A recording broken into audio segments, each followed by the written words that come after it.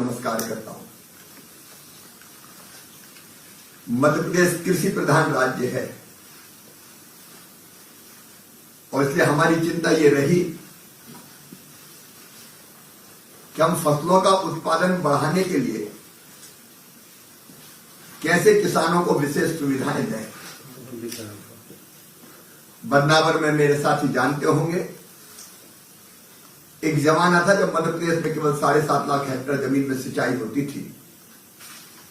अब बढ़ा के हमने 43 लाख हेक्टेयर जमीन में सिंचाई की व्यवस्था कर ली है और जल्दी ये 65 लाख हेक्टेयर तक जाएगी और बदनावर क्षेत्र को भी जल्दी नर्मदा जी का पानी मिले, किसान को खेतों की सिंचाई के लिए उस दिशा में भी हम लगातार प्रयास कर रहे हैं। मध्य प्रदेश में हमने कोशिश की कृषि का उत्पादन बढ़े, उत्पादन की लागत घटे, उत्पादन के ठीक दाम मिले। उसके लिए अनेकों कदम उठाए, उसके बारे में आज मैं विस्तार से नहीं बोलूंगा, लेकिन उन कदमों का ही परिणाम है 0% ब्याज पे कर्जा देने जैसी अनेकों योजनाएं। उसी का परिणाम है कि कृषि उत्पादन के क्षेत्र में आज मध्य प्रदेश लगातार 7 साल से कृषि कर्मण अवार्ड जीत रहा है। कृषि के क्षेत्र में हम सर्वश्रेष्ठ काम कर रहे हैं। 11 जलवायु क्षेत्र मध्य प्रदेश में। अब हमारा गेहूं एमपी वीट के नाम से पूरे देश और दुनिया में जाना जाता है और उत्पादन में भी पंजाब को हमने पीछे छोड़ दिया। हमारा गेहूं हो, धान हो, एक ने अनेकों फसलें, दलहन की फसल हो, तिलहन की फसल हो। अब सोयाबीन के उत्पादन में भी मध्य प्रदेश नंबर 1 पर है। दलहनों में चाहे चना हो, मसूर हो, सब्जियां हो, औषधि पौधे हो, फल हो, मध्य प्रदेश आज प्रमुख उत्पादक राज्य बन के उभरा है। सोयाबीन को हम पीला सोना कहते हैं। एक जमाने में सोयाबीन ने मध्य प्रदेश के किसानों की आर्थिक हालत को बदल के रख दिया था। बीच में थोड़ी दिक्कत आई दोनों तरह की। एक, सोयाबीन की फसलें खराब हुई लगातार। अब उस क्षेत्र में भी सोयाबीन की फसलें खराब ना हो तो बीज उपचार से लेकर बाकी जो उपाय किए जा सकते हैं, कृषि विश्वविद्यालय को भी कहा गया है। दूसरे बीच में उत्पादन घटा भी और उत्पादन घटने के साथ साथ कीमतें भी घटी। उसके बीच में आपको याद होगा एक भावांतर भुगतान योजना लाए थे ताकि मिनिमम सपोर्ट प्राइस और बाजार मूल्य का जो अंतर है वो किसानों को हम सीधे दे दें। उसके कारण सोयाबीन का रकबा भी प्रभावित हुआ। लेकिन आज मैं आईवी ग्रुप को सुन रहा था, उन्होंने आश्वस्त किया कि सोयाबीन के ठीक दाम मिलेंगे, न्यूनतम समर्थन मूल्य से ज्यादा मिलेंगे।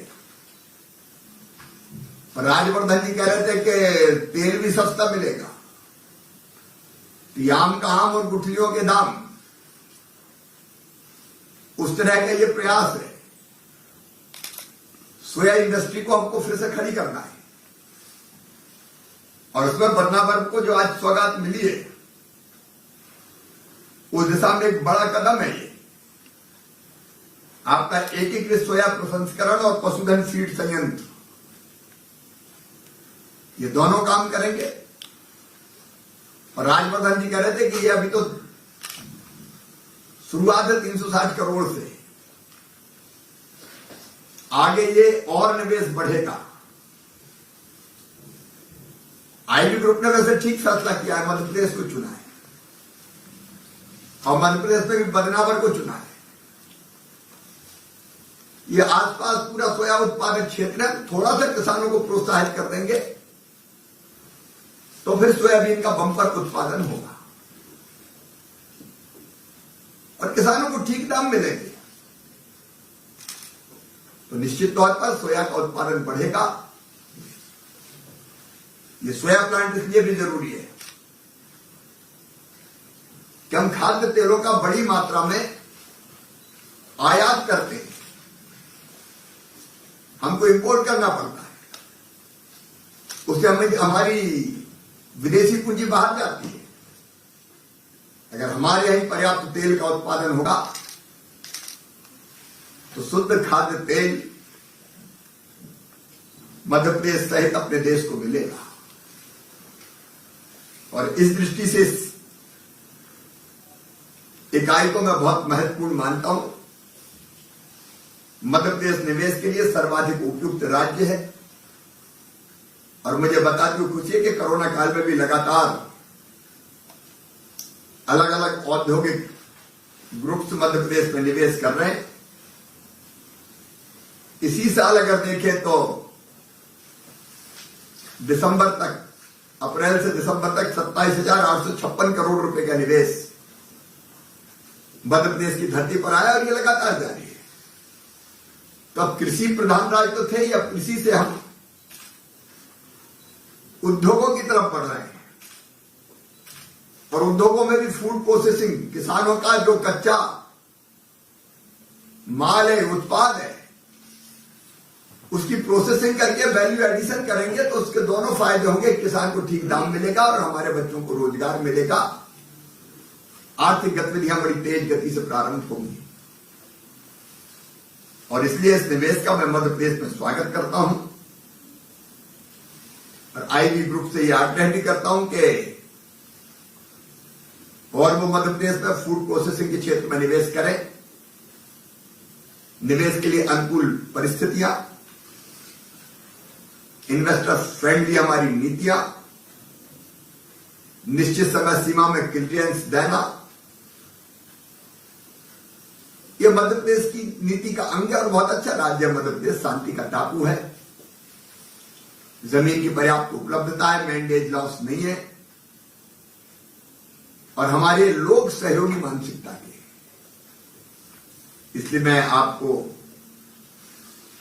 मध्य प्रदेश में बदनावर में निवेश करने के लिए धन्यवाद देता हूं। निवेश का ये सिलसिला जारी रहेगा ताकि हम अपने बच्चों को बेहतर रोजगार भी दे सकें और किसानों की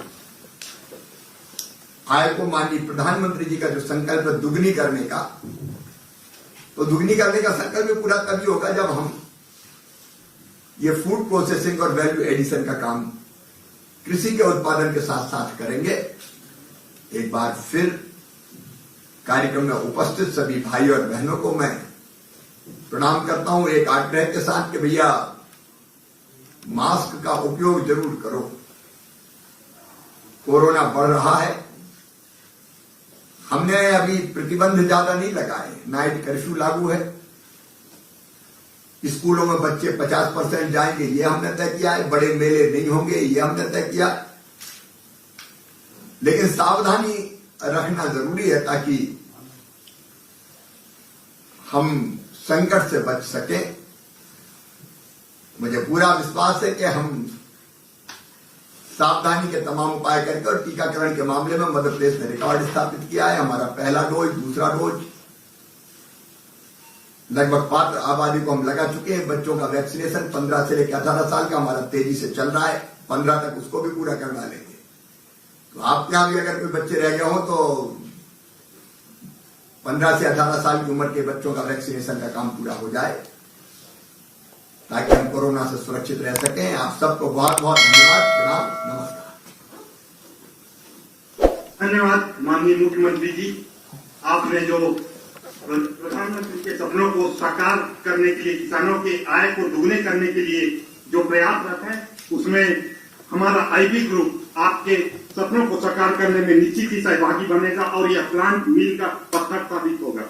मैं आदरणीय मुख्यमंत्री जी से अनुमति मांगना चाहूंगा कि आज के इस भूमि पूजन कार्यक्रम के अनावरण के लिए मैं आपके प्रतिनिधि के रूप में हमारे पास यहाँ पर राजवर्धन जी दत्ती गांव जी उपस्थित है, तो आप कृपया हमें अनुमति प्रदान करें, हम उसका अनावरण कर सकें। आप ये मानिए उनके हाथ में मेरा हाथ लगा हुआ है और हम सब मिलकर कर रहे हैं। जी धन्यवाद सर। सभी अतिथि के निवेदन अनावरण